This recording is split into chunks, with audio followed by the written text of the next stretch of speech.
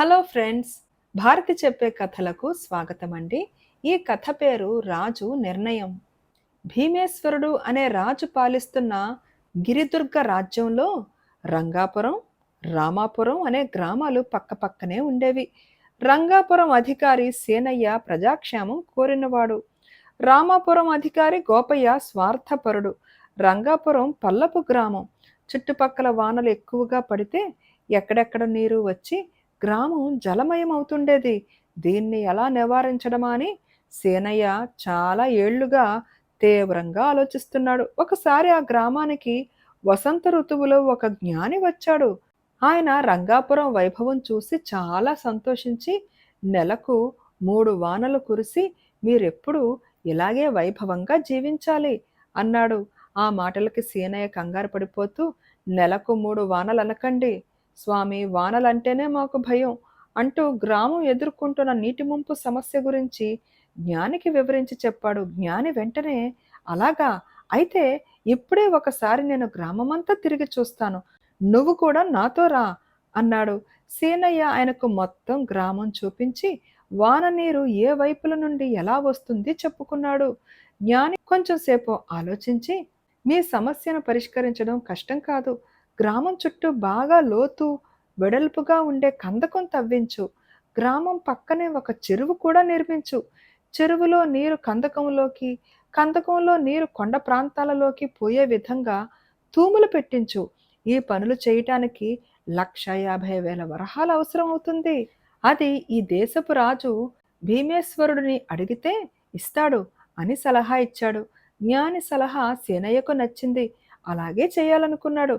ఈలోగా జ్ఞాని రంగాపురం వెళ్ళి సేనయ్యకిచ్చిన సలహా గురించి గోపయ్యకు తెలిసింది.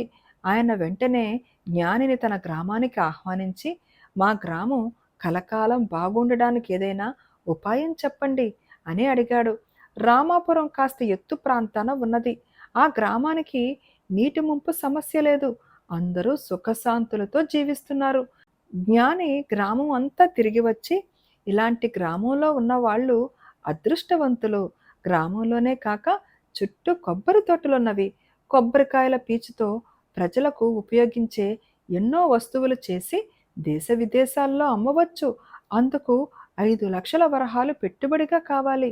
ఈ దేశపు రాజు నుంచి డబ్బు తెచ్చి గ్రామంలో పరిశ్రమ ప్రారంభించు, అది ఎందరికో జీవనోపాధి కూడా అవుతుంది అని అన్నాడు. ఈ సలహా విని గోపయ్య ఎంతో సంతోషించాడు. తన గ్రామాన్ని వానల బారి నుంచి కాపాడటానికి సీనయ్య రాజు దగ్గరికి బయలుదేరాడు. అది తెలిసి గోపయ్య కూడా బయలుదేరాడు. తన తెలివితేటలతో రాజు నుంచి ధన సహాయం పొందడం కోసం సీనయ్య కంటే ముందుగానే గోపయ్య రాజధాని చేరి ఆ రోజే తనకు తెలిసిన కోశాధికారిని కలుసుకున్నాడు. కోశాధికారి గోపయ్య చెప్పిందంతా విని, నిజం చెప్పు, ఏనాడో లేనిది ఇప్పుడు మీ గ్రామంలో కొబ్బరి పీచు పరిశ్రమ ప్రారంభించాలన్న ఆలోచన నీకెందుకు వచ్చింది అని అడిగాడు. నాకు బోలెడు కొబ్బరి తోటలున్నవి, పీచంతా వృధాగా పోతున్నది, గ్రామంలో పరిశ్రమ ఉంటే దాన్ని మంచి ధరకు అమ్ముకోవచ్చు అన్నాడు గోపయ్య.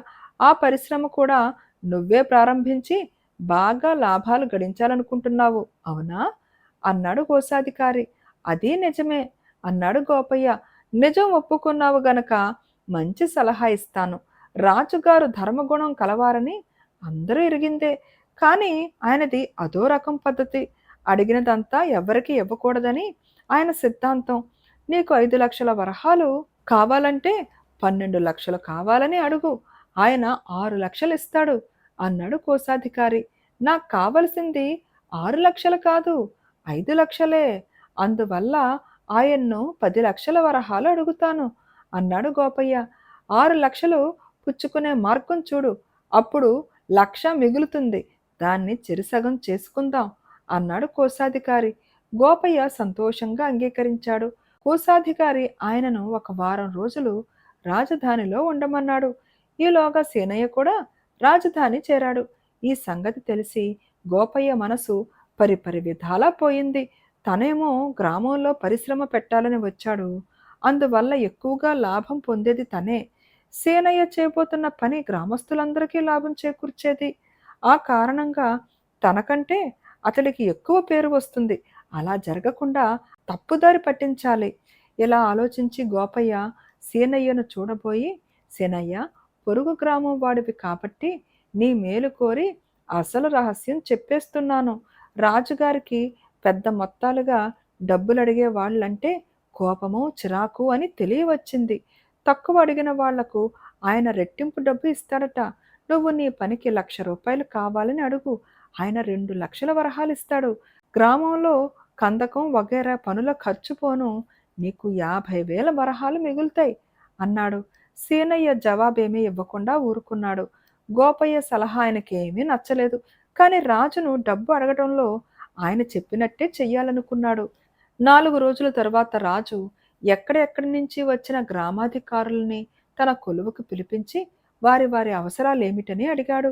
గ్రామాధికారులొక్కరొక్కరే వాళ్ళ అవసరాలు చెప్పుకుంటున్నారు. రాజు వాళ్ళకు అడిగిన దాంట్లో సగం ధనం మాత్రమే ఇస్తున్నాడు. సీనయ్య ఇదంతా శ్రద్ధగా గమనిస్తున్నాడు. సరిగ్గా సీనయ్య ముందు ఒక గ్రామాధికారి రాజును తన గ్రామం చుట్టూ కందకం తవ్వించాలని 3,00,000 వరహాలు అడిగాడు. అయితే రాజు ఆయనకు 1,50,000 వరహాలు మాత్రం ఇచ్చాడు. సీనయ్య వంతు వచ్చింది. సీనయ్య రాజుతో, మా గ్రామం చుట్టూ కందకం తవ్వించాలి, 50,000 వరహాలు ఇప్పించండి ప్రభు అన్నాడు. రాజు ఆశ్చర్యంగా, ఇప్పుడే ఒకరికి కందకానికి 1,50,000 వరహాలు ఇచ్చాను, నువ్వెంత తక్కువ అడుగుతున్నావే? మీ గ్రామం చాలా చిన్నదా అని అడిగాడు. మా గ్రామం అంత చిన్నదేం కాదు, అయినా మా అవసరాలకు పూర్తిగా రాజుగారిపైన ఆధారపడితే ఎలా? మాకు కావలసింది 1,50,000 వరహాలు.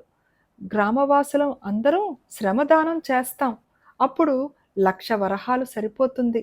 అందులో సగం మేమే చందాల రూపంలో సమకూర్చుకుంటాం. ఈ కారణాల వల్ల తమను 50,000 వరహాలు మాత్రమే అడిగాను అన్నాడు సీనయ్య. ఈ మాటలకు రాజు ఎంతో సంతోషించి, మీది ఆదర్శ గ్రామం, నువ్వు అందరికీ ఆదర్శపాత్రుడు కావలసిన అధికారివి. నేను మీ గ్రామానికి 2,00,000 వరహాలు ఇస్తున్నాను అన్నాడు. తర్వాత రాజు మిగతా గ్రామాధికారులందరితో, మీ గ్రామాల విషయంలో నా మనసు మార్చుకున్నాను. ప్రస్తుతం మీకెవ్వరికీ డబ్బు ఇవ్వపోవటం లేదు. మీరు చెప్పినదంతా విన్నాను కదా. కొంతకాలం గడిచాక నేను పంపే ఉద్యోగి మీ గ్రామాలకు వచ్చి ఏం చేయవలసింది నిర్ణయిస్తాడు. అప్పుడు మీకు సాయపడేందుకు ప్రయత్నిస్తాను. అయితే ఒక విషయం గుర్తుంచుకోండి, ఇక నుంచి నేను మీకు ఇవ్వబోయేది అప్పు కింద లెక్క. అది తీరే వరకు గ్రామ ప్రజలు ఏటా ప్రతి ఒక్కరూ 100 వరహాలు నాకు అదనపు పన్ను చెల్లించాలి అన్నాడు. ఇది విని గ్రామాధికారులందరూ హాహాకారాలు చేశారు.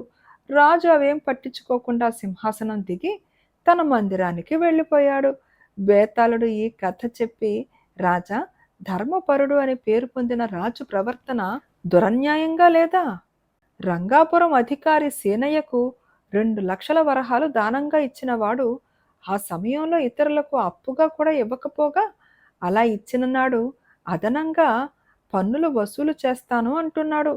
ఇది పచ్చి పిసినారితనం కాదా? రాజు ప్రవర్తనలో హఠాత్తుగా ఇంతటి మార్పు రావటానికి కారణం ఏమిటి? ఈ సందేహానికి సమాధానం తెలిసి కూడా చెప్పకపోయావో నీ తల పగిలిపోతుంది అన్నాడు. దానికి విక్రమార్కుడు, రాజు ప్రవర్తనలో హఠాత్తుగా వచ్చిన మార్పుకు పిసినారితనం కారణం కాదు. సీనయ్య తన గ్రామానికి అవసరమైన డబ్బు గురించి చెప్పి, దానిలో ఎక్కువ భాగం తమ గ్రామ ప్రజలే ఎలా భరించబోతున్నది రాజుకు వివరించాడు. దానితో ఒక ముఖ్య విషయం అర్థమయ్యింది. అనేక మంది గ్రామాధికారులు తమ గ్రామ అవసరాల కంటే స్వలాభాలకు ఆయన వద్ద డబ్బు తీసుకుపోతున్నారు. ఆ కారణం వల్ల రాజు దేశంలోని ప్రజలందరిపైన ఎక్కువగా పన్నులు వేయవలసి వస్తున్నది.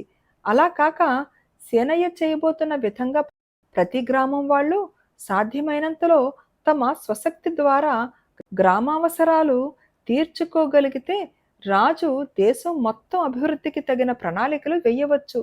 ఈ సంగతి మిగతా గ్రామాధికారులకు అర్థమయ్యేలా చేయటానికే రాజు ధన సహాయం విషయంలో వాళ్లకు అంత కఠినమైన షరతులు పెట్టాడు అని అన్నాడు.